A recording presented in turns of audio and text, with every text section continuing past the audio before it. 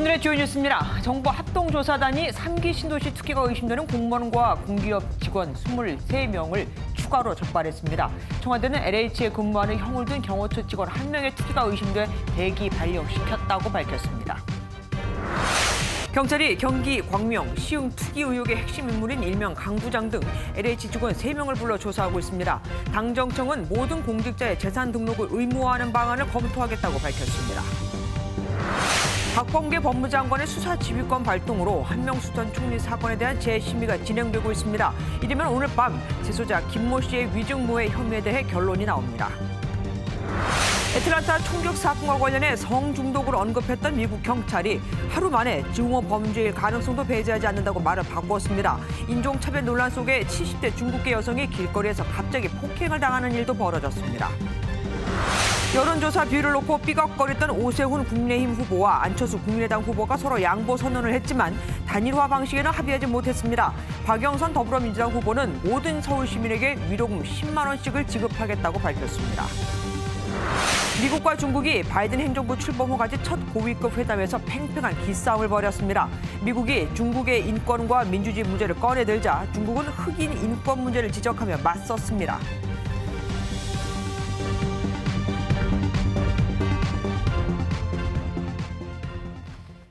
오늘 종합뉴스의 화두는 세기의 단판입니다. 미국과 중국이 미국 알래스카에서 세기의 단판을 시작했거든요. 원래 모두 발언 2분씩만 언론에 공개를 하기로 했었는데 이 모두 발언만 1시간을 넘게 했습니다. 양쪽이 으르렁거리며 날선 대화를 주고받고 기자들이 나가려고 하자 기자들을 붙잡으면서 내 말도 듣고 가 하는 식이었죠. 첫 만남부터 미국과 중국의 충돌은 지구촌의 신냉전을 예고하고 있습니다. 세계 1등 국가를 꿈꾸는 중국, 중국의 추격을 따돌리려는 미국. 미, 중 두 국가의 대립이 한국의 미래에는 어떤 영향을 줄지 우리에게도 긴밀하고 치밀한 대응 전략이 필요합니다. LH 땅 투기 의혹을 조사 중인 정부 합동조사단이 2차 조사 결과를 발표했습니다. 새롭게 공무원과 공기업 직원 23명을 적발했으니 1차 조사까지 합치면 모두 43명입니다. 이번엔 127명의 개인정보를 제출하지 않았죠. 김형 기자가 보도합니다. 정부가 3기 신도시와 관련해 토지 거래를 한 공무원과 공기업 직원 28명을 적발했습니다. 합동조사단은 이 가운데 23명을 투기 의심자로 보고 수사를 의뢰했습니다. 조사 결과 조사 지역 내에서의 토지 거래자 등은 총 28명으로 확인되었습니다. 그중 수사 의뢰 투기 의심자는 23명입니다. 투기 의심자 23명 가운데 18명은 지자체 공무원, 5명은 지방 공기업 직원이었습니다.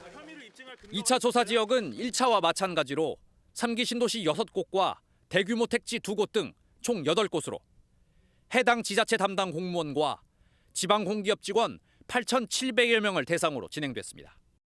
조사 대상 가운데 127명은 개인정보를 제출하지 않았는데 조사단은 미제출자 명단을 특별수사본부에 별도 통보했습니다. 토지거래 외에도 3기 신도시 인접지역에서 아파트 등 주택거래를 한 사람은 237명으로 확인됐습니다. 하지만 이번 조사가 임직원 본인 명의의 거래만 확인했을 뿐 가족명이나 차명 거래는 들여다보지 못해 반쪽 조사에 불과했다는 비판도 나오고 있습니다. MBN 뉴스 김현입니다. 이번 2차 조사에서만 무려 10명의 공무원이 땅 투기를 한 의혹을 받고 있는 경기도 광명시 주민들은 그야말로 분통을 터뜨리고 있습니다. 하남, 교산을 비롯한 다른 신도시에서도 여기도 조사를 해라. 철저한 전수조사 전까지는 3기 신도시 사업을 전면 중단하라는 목소리가 커지고 있습니다. 현장의 목소리 서영수 기자가 들어보았습니다. 부동산 투기 의혹을 받는 광명시청 소속 공무원이 매입한 토지입니다. 공무원이라는 얘기는 며칠 안 됐어요. 저도 안 들은 지가. 겨울 내내는 비가 났었죠. 이제 와가지고 이거 비닐 씌우고. 정부 합동조사 결과 이곳을 포함해 광명시 소속 공무원 총 10명이 투기로 의심되는 토지를 매입한 정황이 포착됐습니다.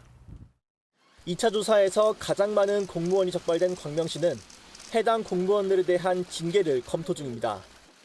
조사는 이제 거의 끝나가고 있고 이제 차후 이제 징계나 이런 쪽 얘기가 나오는 걸로 알고. 계속되는 투기 의혹에 지역 주민들의 분노는 더 커졌습니다. 심정이 참담하죠. 문제점이 있는 것을 발본색원해서 확실하게 재발되지 않도록 시스템적으로 완전히 강구하고 3기 신도시 이거는 그 다음에 시행해서 나가야 된다. LH 직원들의 투기 의혹으로 이미 주민들이 토지 보상 절차 전면 중단을 선언한 하남시에서도 추가로 투기 의혹 공무원이 나왔습니다. 공무원도 여기 하남시 공무원이고 이런 분들을 정보를 이용해서 자기는 땅 투기를 한 거고 모든 사업을 즉각 중지하라고 저희가 이제 공문을 보내고 요청을 했습니다. 신도시 지역 주민들이 철저한 전수조사 선행을 요구하고 나서면서 3기 신도시 사업에도 차질이 불가피할 것이라는 우려가 커지고 있습니다. MBN 뉴스 서영수입니다. 청와대는 비서관급 이상에 이어 행정관 이하 전 직원을 대상으로 조사한 결과 경호처 직원 1명의 의심 사례가 발견됐다고 발표했습니다. 4급 과장인 이 직원은 지난 2017년 LH 직원인 형의 배우자 등과 함께 경기 광명시 땅을 구입했는데 청와대는 업무 배제와 함께 관련 자료를 정부 합동특별수사본부에 전달할 예정입니다. 경찰이 투기 의혹을 받는 LH 직원들을 소환 조사하기 시작했습니다. 3기 신도시 투기 의혹이 제기된 지 17일 만입니다. 처음 소환된 직원은 3기 신도시 예정지에서 가장 많은 토지를 보유한 강 사장으로 불리는 LH 현직 간부입니다. 윤기란 기자가 보도합니다. 3기 신도시에 대한 투기 의혹이 제기된 지 17일 만에 LH 직원들에 대한 소환 조사가 시작됐습니다. 가장 먼저 소환된 직원은 토지 보상 업무를 담당했던 이른바 강 사장으로 불리는 현직 간부입니다. 강 씨는 수사를 받는 LH 전 현직 직원 15명 중 광명 시흥 3기 신도시 예정지에서 가장 많은 토지를 보유한 것으로 알려졌습니다. 오전 10시쯤 경찰청에 도착한 강 씨는 조사를 받은 지 8시간여 만에 귀가했습니다. 내부 정보 활용하셨습니까? 지금 아직 수사 중인 상황이라서 투기 혐의 인정하십니까? 합니다. 경찰이 강 씨를 비롯한 복수의 LH 직원들을 불러들인 가운데 소환 조사에서는 이들이 내부 사전 정보를 이용해 토지를 샀는지에 대한 집중 추궁이 이뤄질 것으로 보입니다. 경찰은 세종시청도 압수수색했습니다. 앞서 공무원 등이 내부 정보를 활용해 세종 스마트 국가산업단지 예정지에 시세 차익을 노리고 이른바 벌집 주택을 건축했다는 의혹이 제기됐습니다. 세종시청 3개 부서와 시의회를 살펴본 경찰은 시내 공인중개업소를 비롯해 투기 의혹을 받는 공무원과 긴밀히 연락했던 행안부 소속 공무원 사무실도 압수수색했습니다. 경찰은 이르면 다음 주쯤 세종시 공무원 등에 대한 소환 조사에 나설 방침입니다. MBN 뉴스 윤기란입니다. LH 땅 투기 의혹으로 여론이 너무 안 좋죠. 그러자 더불어민주당과 정부, 청와대가 모든 공직자의 부동산 재산을 의무적으로 등록하는 방안을 검토하기로 했습니다. 특검에 앞서 검찰 직접 수사도 시사했습니다. 조사하다 보면 고위공직자도 나올 수 있고 그럼 검찰이 조사할 수 있다 이거죠. 김순철 기자가 보도합니다. 더불어민주당과 정부, 청와대는 국회에서 고위급 회의를 열고 LH 사태 대응 방안으로 전 공직자의 부동산 재산을 등록하도록 하겠다고 밝혔습니다. 공무원, 공공기관, 지자체와 지방공기업을 포함한 모든 공직자로 부동산 재산 등록을 확대하는 방안을 검토하겠습니다. 또한 부동산을 거래할 때 사전 신고제 도입도 적극 검토하겠다며 부당이익이 있다면 3배에서 5배를 환수 조치하겠다고 강조했습니다. 약속드린 부동산 거래 분석 전담 조직도 확대해서 조기에 출범시킴으로 해서 상시적인 감시 적발 체제도 구축하겠습니다. 야당과 특검에 합의한 가운데 검찰의 직접 수사 가능성도 시사했습니다. 신속한 협력 체계 구축이 되면 여러 가지 수사가 구체화될 것을 봅니다. 그 안에서 이제 직접 수사의 케이스도 정해지겠죠. 국회 국토회의도 업무 중 알게 된 택지개발 미공개 정보를 부적절하게 사용하면 최대 무기징역에 처하도록 한 법안을 의결했습니다. 4.7 재보선을 앞두고 정부의 거듭된 대책에도 여론이 악화하자 공직기강 잡기는 물론 부동산 투기와 총력전 체제에 나서는 모습입니다. MBN 뉴스 김순철입니다. 정부의 검토대로라면 모든 공직자의 부동산을 신고해야 합니다. 그럼 구급 공무원도 재산을 신고해야 하나 궁금해지죠. 모든 공직자를 다 잠재적 범죄자로 보는 거냐는 불만도 상당한데 민주당은 부동산 관련 대책을 다루는 공무원이나 공공기관 근무자가 대상이 될 거라고 예상했습니다. 그럼 또 모든 공직자는 아닌 거죠. 헛갈립니다. 선한빛 기자가 보도합니다. 모든 공무원을 대상으로 재산 등록을 의무화하겠다고 밝히자 공무원 사회에선 당장 구급 공무원도 집을 사면 신고해야 하느냐는 볼멘 소리가 터져나왔습니다. 지방직과 공공기관까지 포함해 공직사회 종사자는 142만여 명으로 현재 공직자윤리법에 따른 재산공개 대상자는 14만여 명입니다. 민주당은 현재 1급 이상으로 되어 있는 재산공개 범위를 일부 넓히고 부동산 관련 업무 종사자로 확대하는 방안을 검토하고 있습니다. 예를 들면 뭐 공무원의 경우에 지금 1급까지로 되어 있지 않습니까? 뭐 그것을 좀 더 확대할 수도 있다는 것이고. 하지만 단순히 가족 재산 등록으론 차명 투기를 막을 수 없고 직계 좀비속으로 확대할 경우 자칫 투기꾼 취급이란 반발을 얻을 수 있다는 점이 부담입니다. 야당은 민주당이 농지 투기를 막기 위해 법 개정을 추진하겠다고 말하자 문재인 대통령을 또다시 거론했습니다. 김태년 원내대표는 당장 이해찬 전 대표의 영을 받들어 문정부의 제일 윗물인 대통령에게 윗물 투명도를 스스로 증명해달라고 요구하는 것이 순서입니다. 부동산 투기를 막기 위한 대책이 우후죽순격으로 쏟아지는 가운데 실효성을 어떻게 확보하느냐가 숙제로 남았습니다. MBN 뉴스 선한빛입니다. 코로나19 백신을 맞고 뻗었다. 너무 힘들었다. 뒷얘기가 무성하자 코로나19 백신을 접종받은 사람에게 휴가를 주는 이른바 백신 휴가가 논의되고 있습니다. 그런데 사람마다 증상은 다 다르죠. 며칠이나 휴가를 줘야 하는지 또 유급 휴가를 줘야 하는지 그럼 그 돈은 또 누가 낼지 자영업자나 비정규직은 어떻게 해야 할지 등등 생각해야 할 게 너무 많습니다. 정태진 기자가 알아봤습니다. 코로나19 백신을 맞은 이후 이상 증상을 보인 사례가 1만 건에 육박하고 있습니다. 또 일부는 일을 할 수 없을 정도의 심한 증상을 호소하는 사례도 늘고 있어 백신 휴가가 필요하다는 목소리가 커지고 있습니다. 백신 휴가는 백신 접종 이후 2, 3일 쉬면서 이상 반응 여부를 지켜볼 수 있는 기간을 말합니다. 보니까 너무 아픈데도 그냥 진통제 먹고 출근을 강행해야 하는 경우가 있고 의료인들이 초창기에 맞았고 이상 반응들이 바로 보고가 되었기 때문에 정부에 요청을 한 상태입니다. 시민들도 적극 찬성입니다.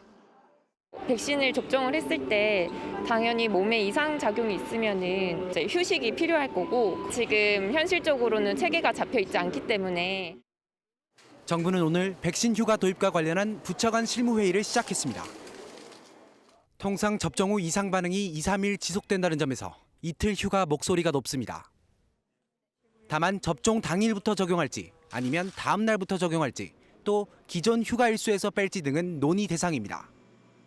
유급 휴가로 하되 국가가 비용을 지원하는 방안이 유력하지만 재정 부담이 커지는 것이 고민입니다.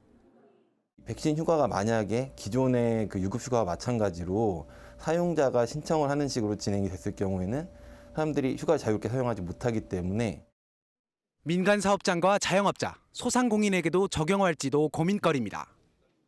당국은 실무협의 후 총리 주재 중앙방역대책본부 회의를 거쳐 시행 시기와 방식 등을 최종 결정할 방침입니다. MBN 뉴스 정태진입니다. The committee has come to a clear scientific conclusion. This is a safe and effective vaccine. The committee also concluded that the vaccine is not associated with an increase in the overall risk of thromboembolic events or blood clots. 유럽의약품청이 아스트라제네카 백신의 혈전 관련성에 대해 발표를 한 겁니다. 지금 여기까지만 들으면 백신과 혈전은 아무런 상관이 없는 것 같은데 그런데 유럽의약품청은 여기에 한마디를 덧붙였습니다. 뭐라고 했느냐? 매우 드문 특정 종류의 혈전과 백신 간 관련성을 명확하게 배제할 수는 없다. 아스트라제네카 백신과 혈전이 관련성이 없다고 보지만 그렇다고 아예 무시할 수도 없다는 게 되죠. 이 발표 후 독일과 프랑스, 이탈리아 등은 접종을 재개했지만 노르웨이, 스웨덴 등은 여전히 접종을 보류한다고 밝혔습니다. 하지만 우리나라 정세균 총리는 안전성이 확인됐으니까 접종을 중단한 이유가 없다고 했고 정은경 질병관리청장도 이를 거들었습니다. 안전성 면에는 차이가 큰 차이는 없다고 생각합니다. 시민들의 불안감은 쉽게 가라앉지 않고 있습니다. 혈전이라는 게 뭔지, 정말 백신과 무관한 건지, 백신은 그래도 접종을 받는 게 나은 건지, 심가현 기자가 여러 전문가들의 의견을 들어서 그 궁금증을 정리해봤습니다. 혈전은 한마디로 우리 몸속에 생긴 핏덩이라고 생각하면 됩니다. 혈관 속의 혈액은 계속 액체 상태로 흘러가야 하는데 이 혈액이 지방 성분과 노폐물 등과 뭉쳐서 덩어리진 채 굳어버린 겁니다. 굳어버린 피는 혈관을 막게 되는데 뇌혈관을 막으면 뇌경색, 심근계 혈관을 막으면 심근경색이 발생할 수 있습니다. 국내 사례의 20대 남성은 뇌혈관에 혈전이 생겨서 심한 두통이 나타났다고 볼 수 있습니다. 혈전은 자연적으로 사라지기도 하지만 때론 증상이 없었어도 뇌혈관과 심장혈관을 막아 사망으로 이어지기까지 합니다. 전문가의 설명 들어보시겠습니다. 그래서 우리가 잘 알고 있는 심근경색증이나 뇌졸중 같은 것도 혈전 때문에 생겨요. 요양병원 같은데 누워 계시는 분들, 움직임이 없으니까 혈전이 더 생기기 쉽죠. 그런 경우에 많이 위험합니다. 혈전은 60세 이상의 고령, 흡연, 당뇨나 고혈압, 또 비만 등의 다양한 요인으로 발생할 수 있습니다.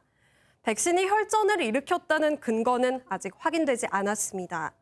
자궁경부암과 독감 백신들도 혈전 논란을 가져온 적이 있지만 인과성이 인정된 적은 없습니다.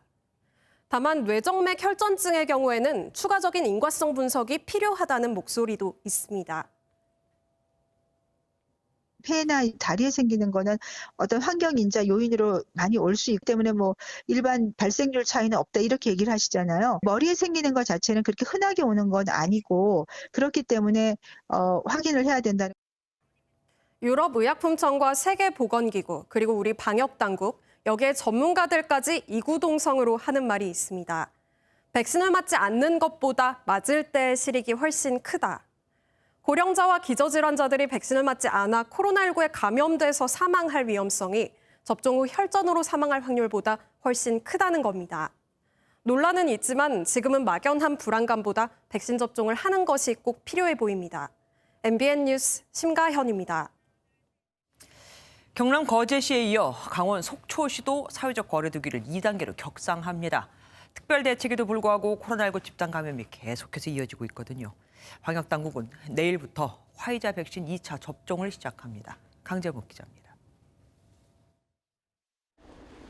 코로나19 검사를 위해 줄지어 선 차량들 사이로 의료진이 분주히 움직입니다. 최근 속초 지역 확진자가 크게 늘면서 속초시는 시민 모두를 어제부터 전수검사하기 시작했습니다. 유치원, 초등학교도 대부분 등교를 중단한 속초시는 내일부터 사회적 거리두기를 2단계로 격상합니다. 경남 거제시 역시 유흥업소와 목욕탕발 확진자가 계속 더해지면서 오늘부터 거리두기 단계를 2단계로 올렸습니다. 코로나19 신규 확진자는 사흘 연속 400명대를 기록하며 좀처럼 줄어들 기미가 보이지 않고 있습니다. 3차 유행의 남은 불씨가 완전히 제거되지 않은 채 하루 400여 명의 확진자가 한 달간 계속 발생하는 위기 상황이 길어지고 있습니다. 방역에 어려움을 겪고 있는 가운데 내일부터 화이자 백신 2차 접종이 시작됩니다. 접종 후 가벼운 증상은 이상 반응이 아닌 면역 반응으로 구분해 과도한 불안감이 확산하는 것을 막기로 했습니다. 이곳 서울국립중앙의료원을 포함해 전국에서 내일부터 화이자 백신 2차 접종이 시작됩니다. 집단 면역 형성을 위한 길이 보다 구체화되는 가운데 상황이 반전될 수 있을지 주목됩니다. MBN 뉴스 강재묵입니다. 박범계 법무부 장관이 재심의하라고 수사 지휘권을 행사한 한명숙 전 국무총리 사건에 대한 고검장 대검 부장회의가 대검찰청에서 지금 열리고 있습니다. 이 사건의 공소시효는 월요일, 내일 모레 글피가 만료입니다. 때문에 오늘 끝장 토론이 벌어질 것으로 보입니다. 대검찰청의 취재기자 나가 있습니다. 임성지 기자, 회의 지금도 진행되고 있는 거죠? 네, 오전 10시에 시작된 비공개 회의는 아직까지 진행되고 있습니다. 징역 2년의 형기를 채우고 나온 한명숙 전 총리 사건의 재판 과정에서 검찰 관계자들이 재소자들에게 허위 증언을 강요했고 실제 이뤄졌다는 의혹에 대해 혐의 유무와 기소 여부 등을 논의하는 건데요. 회의는 조남관 검찰총장 직무대행 주재로 전국 고검장 6명, 대검부장 7명이 모여 진행되고 있습니다.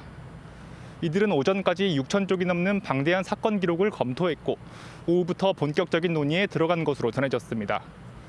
논의 과정에서 이번 사건의 주무과장인 허정수 감찰 3과장과 이문정 연구관이 발언 기회를 얻은 것으로 알려졌는데요.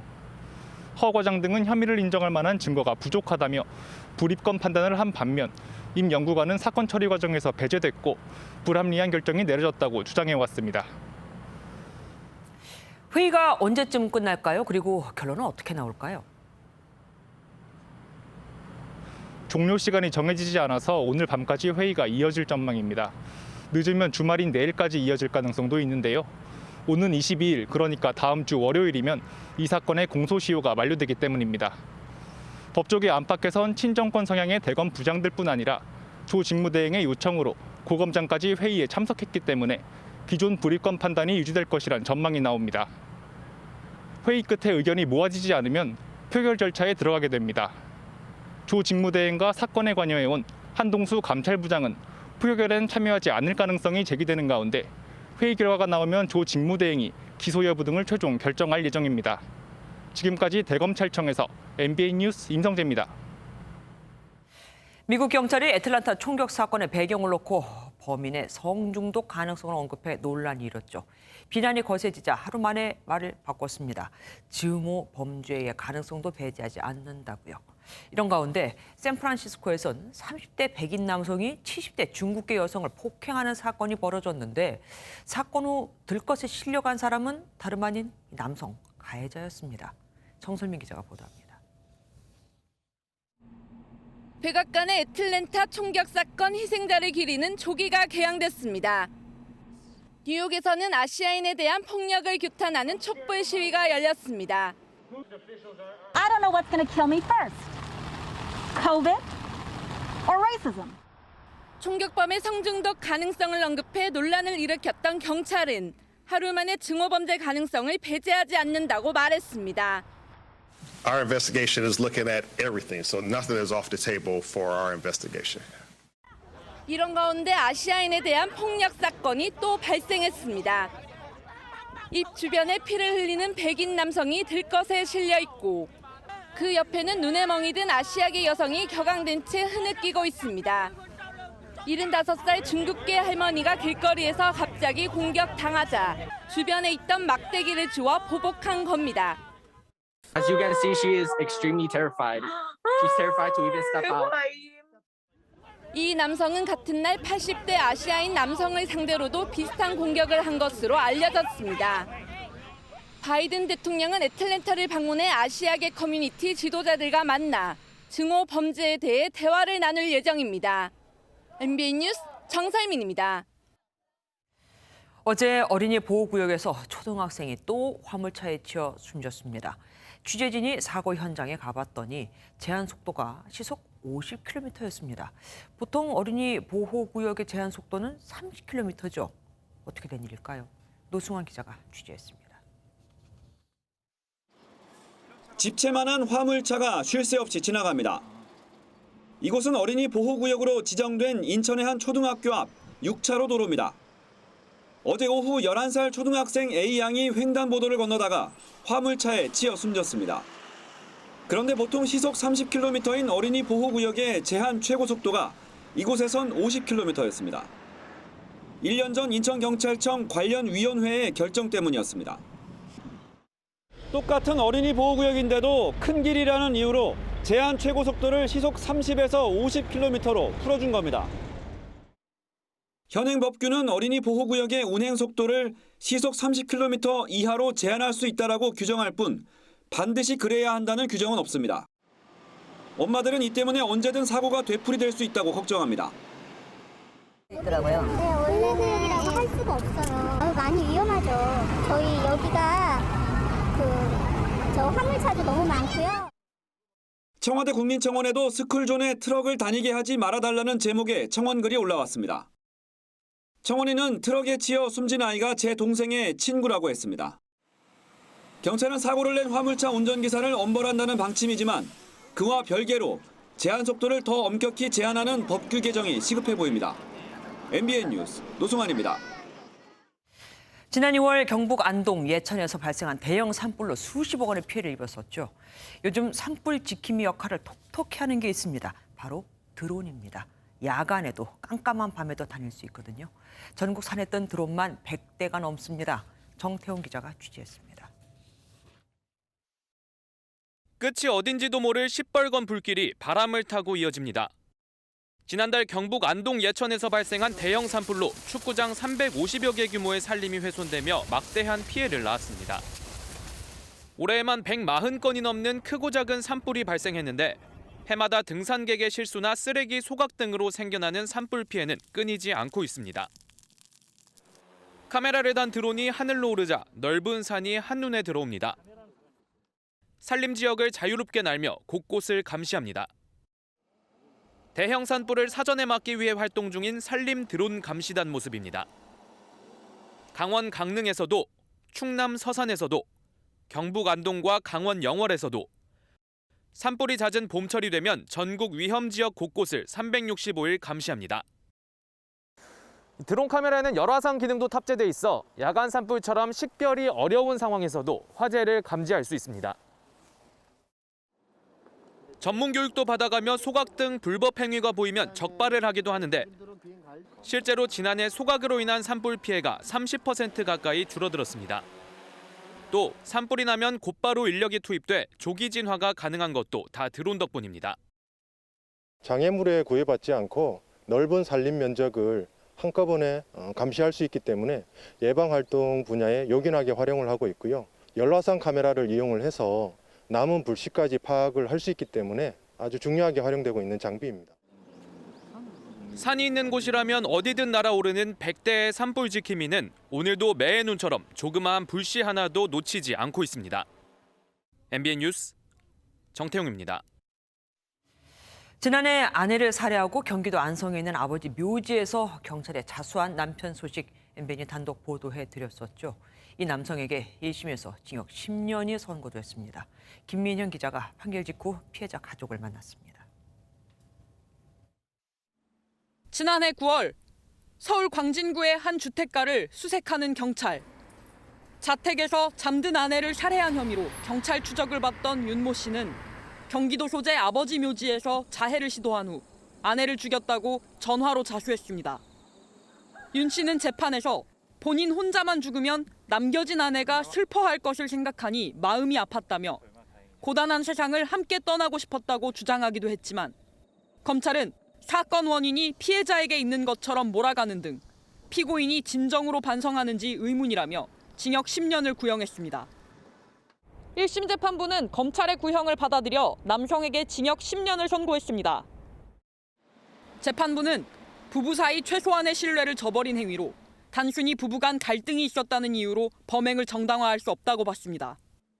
피해자의 가족은 사건 전에도 폭행 정황이 있었고 사과조차 없었다며 분통을 터뜨렸습니다. 목조르고 그런 거는 뭐 예사라고 제발 내 동생한테는 그러지 말라고. 화가 났더라도 참말아 달라. 10년은 말도 안 되는 거라고 저는 생각해요. 애초부터 사과도 없었고. 유가족들은 믿었던 남편에게 변을 당한 피해자를 위해 강력한 처벌이 이루어져야 한다고 주장하고 있습니다. MBN 뉴스 김민영입니다.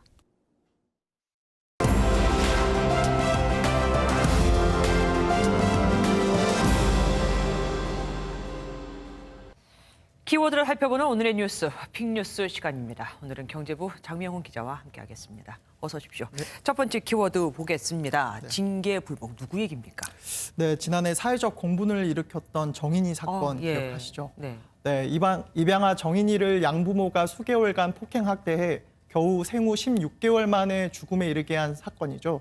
당시 사건을 수사했던 서울 양천경찰서 관계자들이 부실 수사로 징계를 받았는데 이 징계가 부당하다고 이의를 제기했습니다.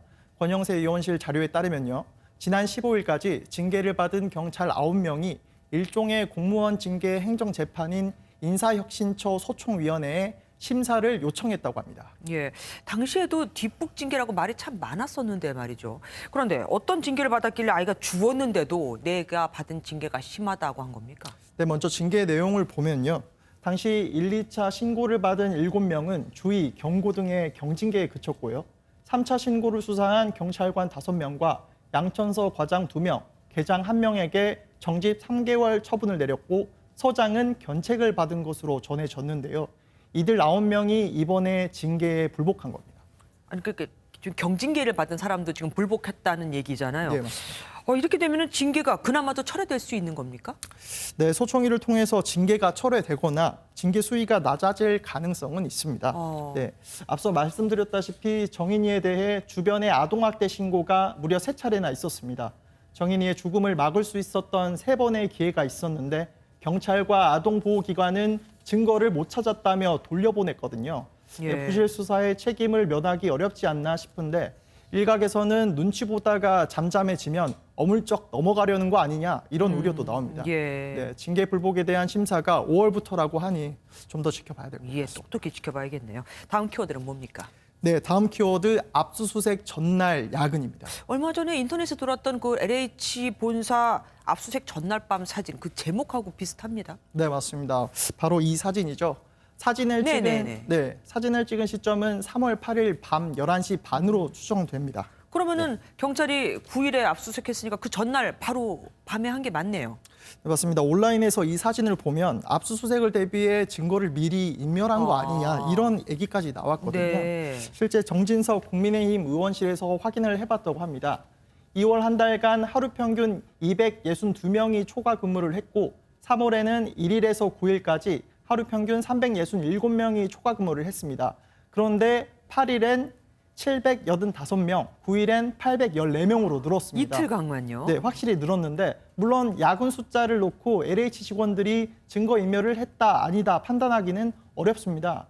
LH 쪽은 9일 국회 국토위 긴급 현안 보고가 있어서 직원들이 자료 준비를 위해 초과 근무를 한 것이지 경찰 수사와는 관련이 없다고 해명했습니다.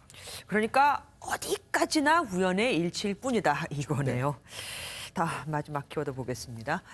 마지막 키워드는 차라리 모나리자. 그 유명한 초상화입니까? 네, 맞습니다. 그 초상화입니다. 네. 네. 이거 무슨 얘기입니까?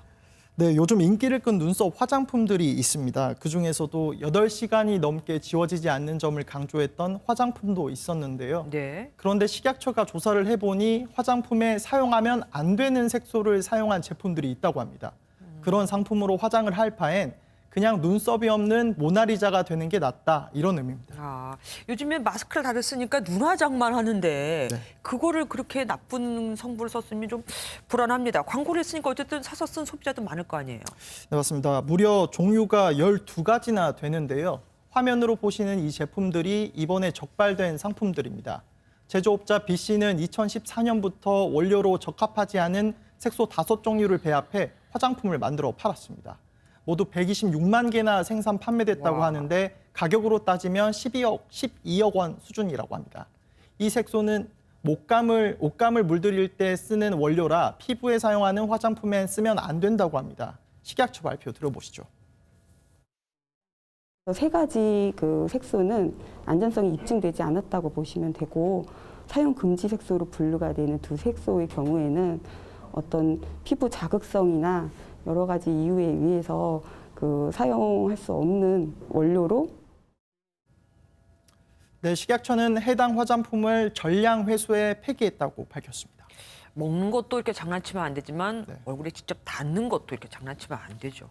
지금까지 장명훈 기자와 함께했습니다. 고맙습니다. 기호 2번과 기호 4번의 현수막이 내걸리는 일만큼은 막겠다. 안철수 국민의당 후보가 외쳤지만 서울시장 야권 후보 단일화 문제는 풀릴 듯 말 듯 안 풀리고 있습니다. 오세훈 안철수 후보가 여론조사 방식을 놓고 진실 공방을 벌이다가 나중에는 서로 내가 양보한다는 양보 경쟁까지 벌였지만 최종 결론에는 도달하지 못했습니다. 황재원 기자가 보도합니다. 오전 10시 40분 안철수 국민의당 후보는 브리핑을 열고 단일화와 관련해 국민의힘이 주장한 방안을 수용하겠다고 밝혔습니다.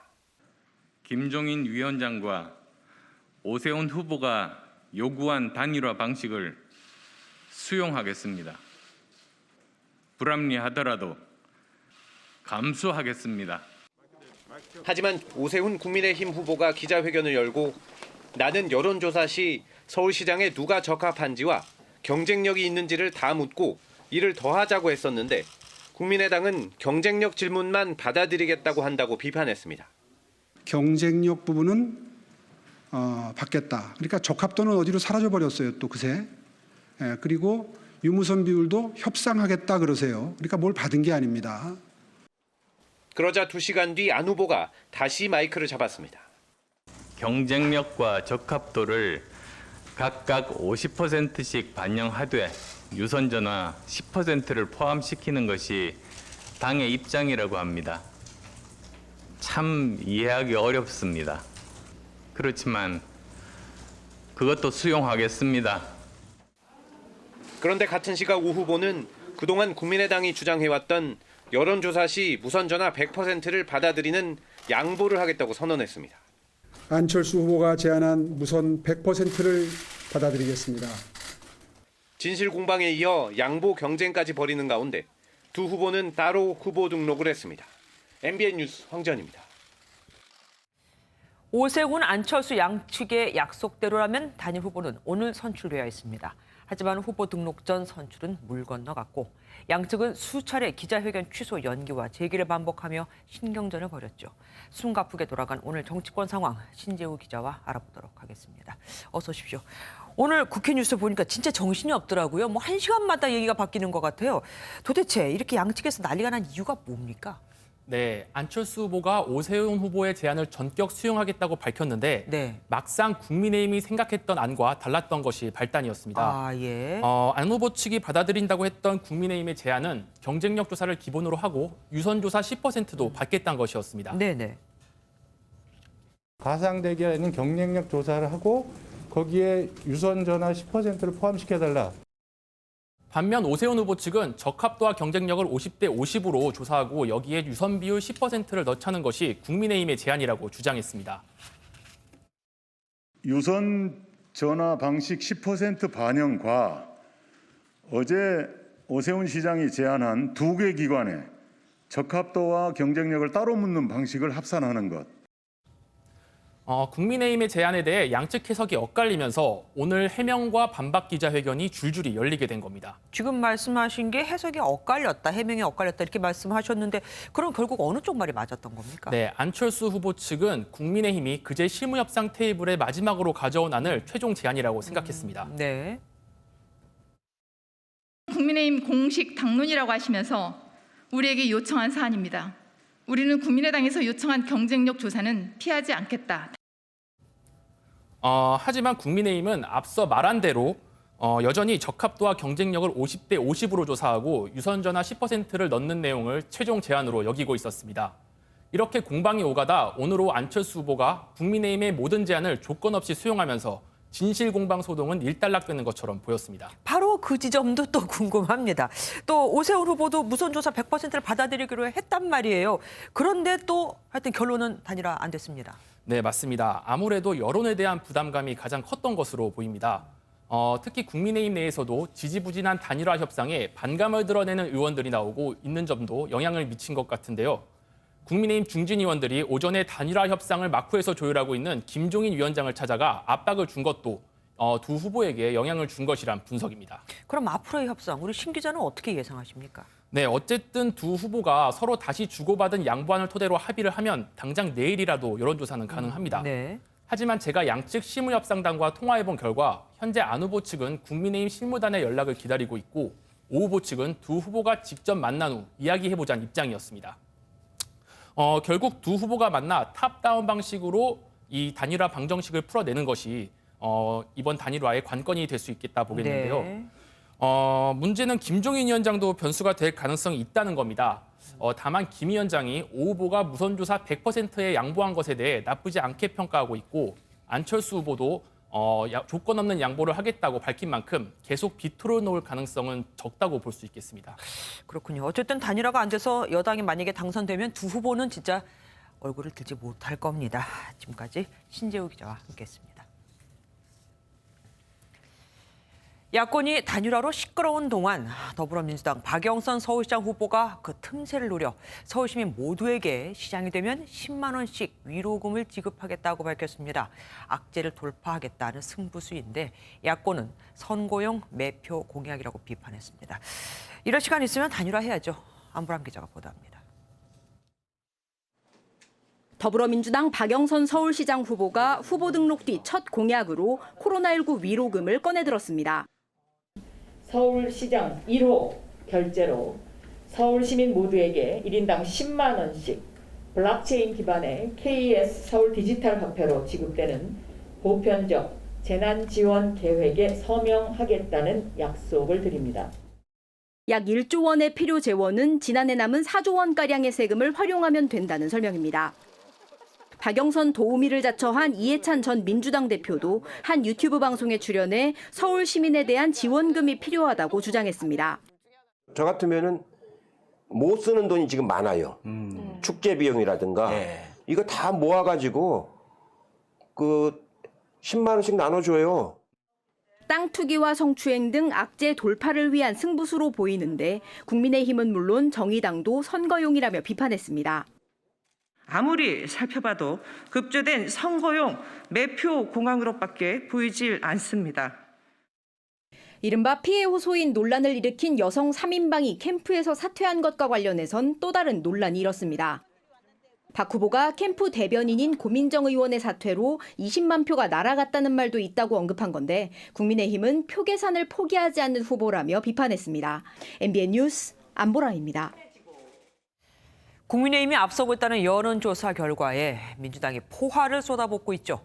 박형준 국민의힘 부산시장 후보가 아내가 LCT 아파트를 아들로부터 특혜 구입했다는 의혹에 대해 정상적인 거래였다고 해명했습니다. 이에 대해 여당은 부모 자식 간 분양권을 웃돈 거래한다는 게 말이 되냐. 그러니까 특검이 필요하다고 주장했습니다. 노태현 기자입니다.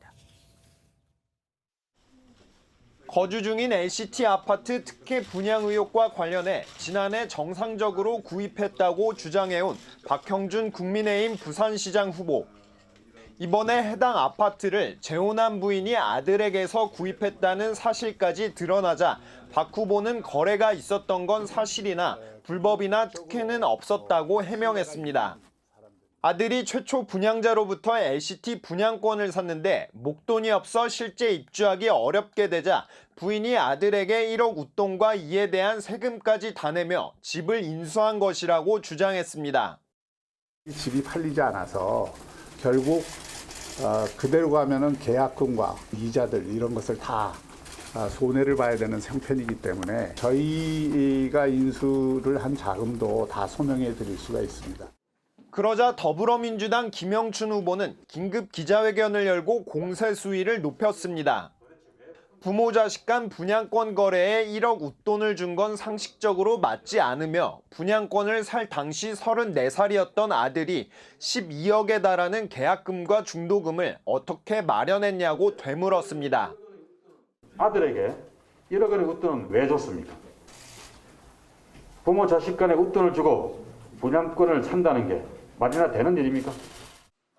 민주당 지도부 역시 박 후보의 해명에 대해 속아 웃을 일이라며 특검을 통해 비리 전모를 밝혀야 한다고 압박했습니다. 이에 대해 국민의힘은 치졸한 흑색 선전이라며 박 후보 아내에게 아파트를 판 아들은 법적으로 박 후보와 관련이 없다고 강조했습니다. MBN 뉴스 노태현입니다.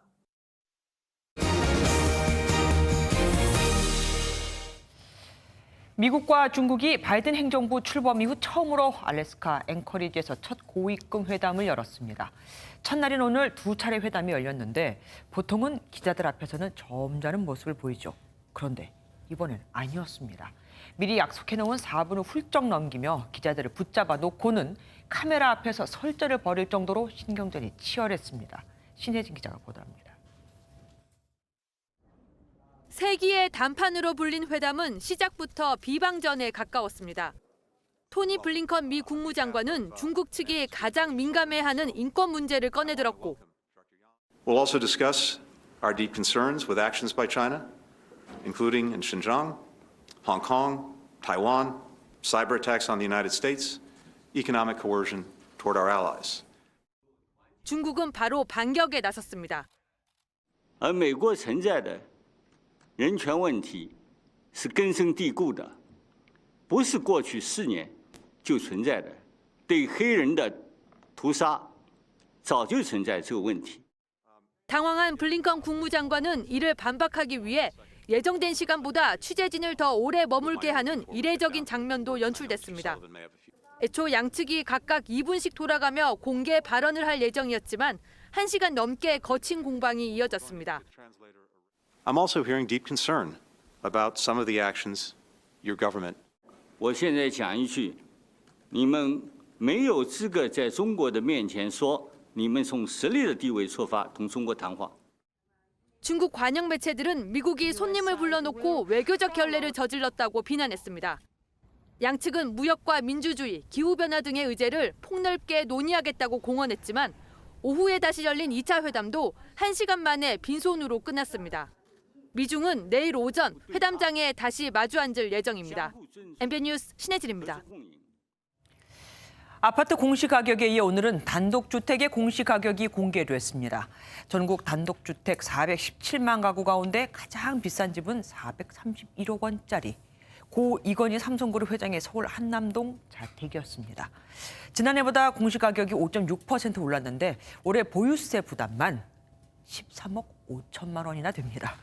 이명박 전 대통령의 논현동 집은 공시가격이 115억 원으로 14%가량 올랐습니다. 평균을 내보니 서울의 단독주택 공시가격은 지난해보다 10% 가까이 올랐고 용산구 같은 곳은 13%를 넘어섰는데 아시다시피 공시가격이 오르면 세금도 같이 오르죠. 공동주택에 이어 단독주택까지 공시가격이 급등하자 다주택자들이 요즘 조금씩 주택을 매물로 내놓고 있습니다. 박통일 기자가 취재했습니다. 올해 공시가격이 35%가 오른 서울 노원구의 한 아파트.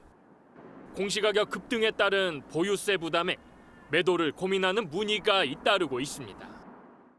이건 뭐 종부세 때문에 세금 때문에 그러는 거죠. 그리고 더 이상 올라가기는 어렵지 않을까 하고 예측하고. 실제로 서울 아파트 매물은 한 달 전보다 17% 가까이 증가했습니다. 공시가격 상승폭이 컸던 노원구를 필두로 은평과 도봉, 서대문 등이 뒤를 이었습니다. 정부의 보유세 압박 영향이 아니냐는 분석도 나오는 가운데 올 6월부터는 다주택자 양도세도 강화돼 조정 대상 지역 주택을 팔 때 중과세율이 10%포인트 높아집니다.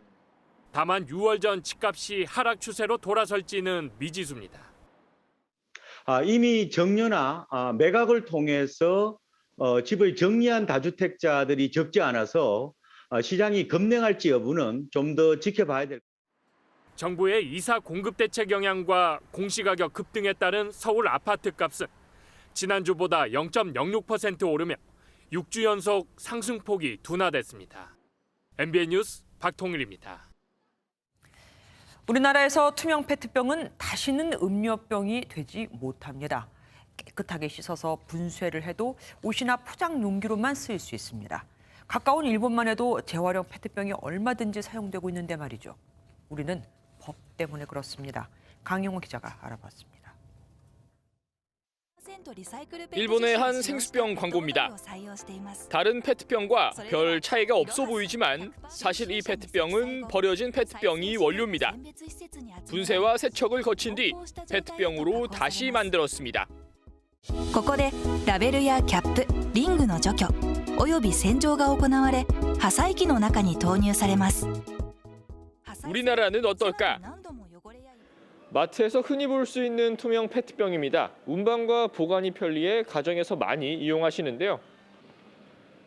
환경부에 따르면 지난 한 해 출고된 투명 페트병은 26만 8천 톤 가량입니다. 500ml짜리 생수병으로 환산하면 한 해에 약 165억 개의 투명 페트병이 쏟아지고 있습니다. 우리나라에선 페트병을 만들 때 새 플라스틱 원료를 사용합니다. 우리가 버린 페트병은 옷을 만들거나 껍질 있는 과일, 껍데기가 있는 계란을 담는 용도로 사용할 수 있습니다. 재활용 플라스틱이 식품에 직접 닿아선 안 된다는 식품의약품안전처 규정 때문입니다. 식품안전이 이유라지만 환경에는 도움이 되지 않는 규제라는 지적이 나옵니다. 페트병을 다양한 사용 용도를 만들어야 되고요. 음료수병에 다시 음료수를 담고 그다음에 물병에 다시 그렇게 물을 담고 이런 순환이 돼야만이. 일본뿐만 아니라 프랑스, 영국 등에서도 유해물이 없다는 것만 확인되면 페트병을 다시 페트병으로 사용하도록 권장하고 있습니다. 우리나라도 페트병 선순환을 우선순위에 두고 재활용 규정을 손봐야 할 때입니다. MBN 뉴스 강영호입니다.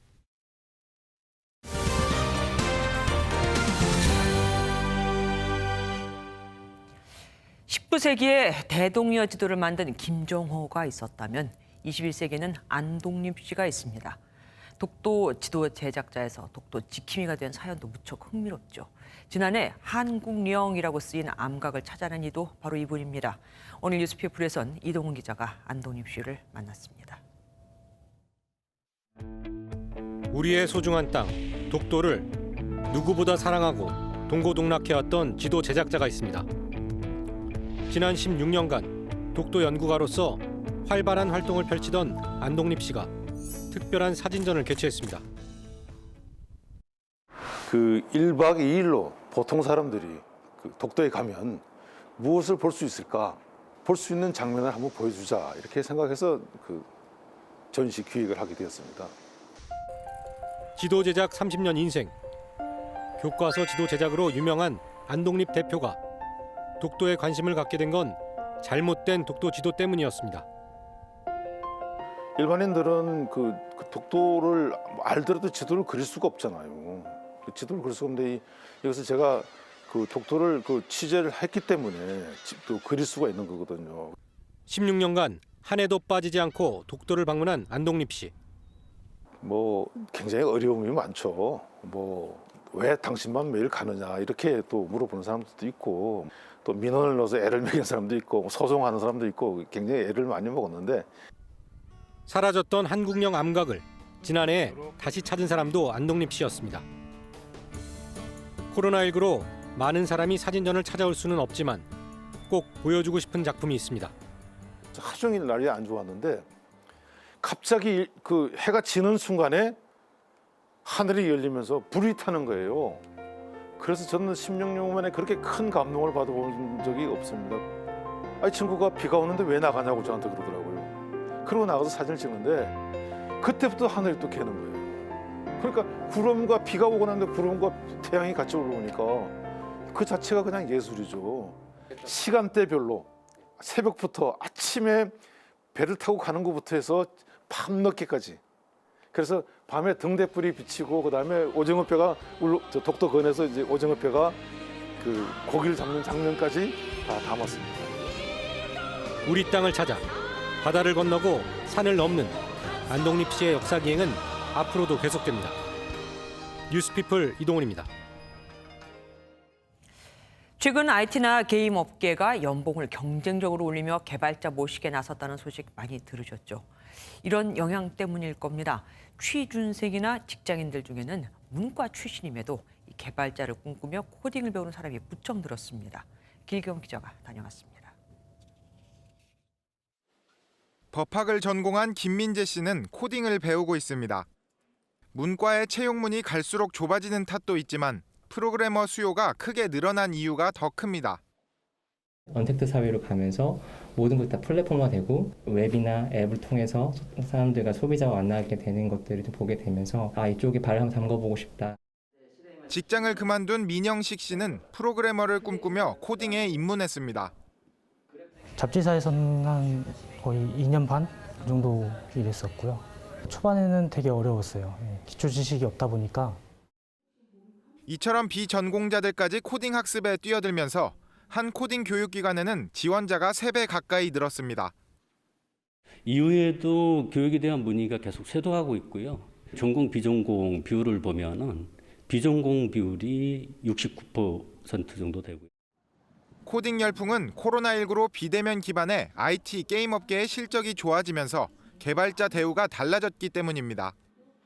최근 대형 IT 게임 업체들은 파격적인 연봉을 제시하며 개발자 모셔오기에 나섰습니다. 한편 이런 일이 반갑지 않은 곳이 있습니다. 중소기업은 개발자 구하기가 더 힘들어졌고 그렇다고 연봉을 올려줄 여건도 부족합니다.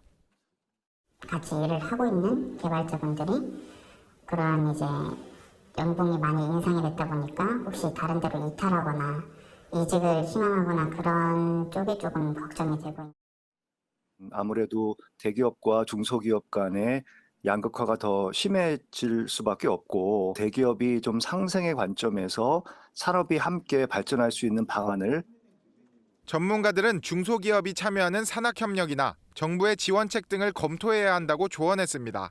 MBN 뉴스 길기범입니다. 말레이시아 정부는 북한의 단교 선언에 깊은 유감을 표하며 쿠알라룸푸르 주재 북한 대사관 직원들에게 48시간 이내에 떠날 것을 명령했습니다. 북한 외무성은 말레이시아가 자국민 사업가 문철명 씨를 불법 자금 세탁 등 혐의로 미국에 인도하자 외교 관계 단절을 선언했습니다. 오늘 맑은 하늘에 대기질도 회복돼 활동하기 좋은 하루였습니다. 서쪽 지역은 오늘 한낮에 20도 안팎까지 오르면서 올 들어 가장 높은 기온을 보였는데요. 오늘 서울의 한낮 기온 20.2도까지 올랐고요. 동두천과 담양 등지도 21.8도를 기록하며 4월 하순에 해당하는 기온을 보였습니다. 주말인 내일은 아쉽게도 전국에 비 예보가 들어있습니다. 비의 양은 남해안과 제주에 10에서 60mm, 그 밖에 전국에는 5에서 20mm 안팎이 예상되고요. 비는 내일 새벽 충청과 남부 지역부터 시작돼 오전에는 그 밖에 대부분 지역으로 확대되겠습니다. 내일 중부지방 아침 기온은 서울 9도, 춘천은 5도에서 출발하겠습니다. 남부지방은 한낮 기온이 오늘보다 많이 내려갈 것으로 보이는데요. 대구의 한낮 기온 13도, 광주는 14도에 머물겠습니다. 동해안 지역의 비는 모레 새벽까지 다소 길게 이어지겠습니다.